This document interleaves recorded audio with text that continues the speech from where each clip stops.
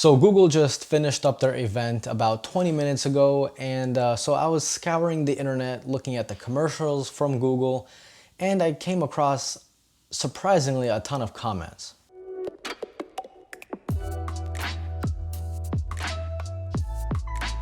Now this small quick video is mainly going to be about the Pixel 4, even though Google did release a few other things and a lot more updates. But since the Google 4 is, or the Google Pixel 4 is what I'm most excited about, yeah, that's this video. So let me just get this out of the way. Google copied iPhone. Right now, at the moment, if you go to any of the Google's commercials that they released today, right after the event, about the Pixel 4, you will notice at least 10, 15 comments, if not more now, about how Google copied the iPhone. And personally, I think that's the dumbest comment to make. I think every logical person on earth would understand that every single company copies another company. That's like the definition of progression. Company A does this, company B copies company A but puts their little spin on it. Company C copies company B and A and also puts their little spin on it.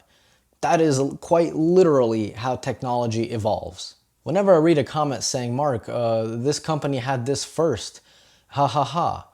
Like, I don't understand how that's funny in any way, shape, or form, to be completely honest. By saying this company copied this company, you're essentially saying that every car manufacturer in the world also copied Ford, because as we all know, the Ford Model T was the first production car ever, and that dates back to, I think, if I remember correctly, 1905, 1910, 1912, somewhere around there, long time ago.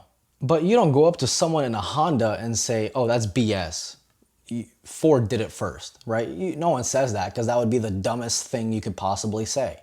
Why does the technology universe have to be any different? Personally, I don't care what company copies who, as long as the product works, it works well, and they have their own little spin on it. After all, that's just a win for us. That is literally the win for consumers.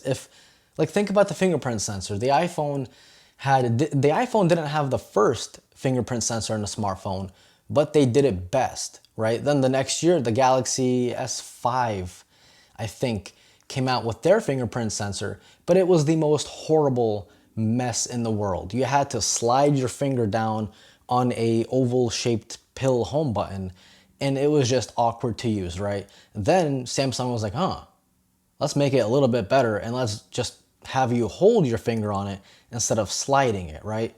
But that all came because Apple put their fingerprint sensor in the phone and it was already good, right? And then other companies started to kind of follow along. Again, that is literally progression. Same thing with Face ID. Apple had their first face, 3D facial unlock system. Then other companies started to get along with it. Now the Google Pixel 4 is having it.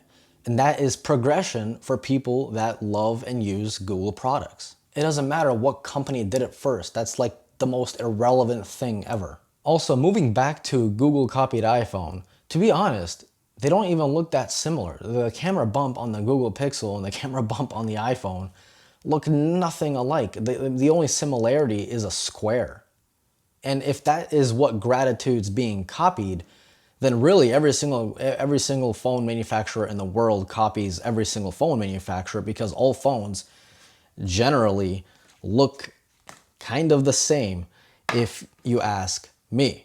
They all have the same, rectangular design. I think the Google Pixel 4 is going to turn heads once it really comes out and people get their hands on it. I totally love the new camera controls, which you can control the highlights and the dark areas of a photo live, and you can also see the HDR10 Plus as well live on screen. No longer do you have to take a photo, then wait for it to process to finally see what the photo is going to look like. So now you already see what the photo is going to look like as it's showing on the screen before you even press the shutter button. That's an awesome little feature. And plus, if you pair that up with Google Assistant 2.0, that makes the phone experience as a whole even better. Sure, 64 gigabytes is a letdown. I mean, damn, even with Google storage, 64 gigs just is not enough. And to be honest, The no ultra wide camera is also a big letdown, since every other company is kind of learning that people like ultra wide photos. It just adds a whole new aspect that you couldn't do before. You can't like fake an ultra wide photo, right? But with a super res zoom that Google Pixel 3 had, you could still do a telephoto picture without needing a telephoto camera or lens.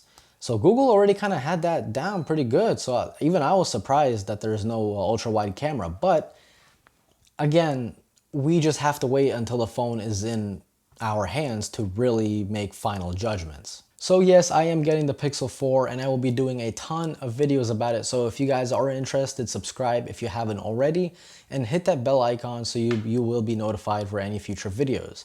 This was Mark from Mark's Tech. Adios.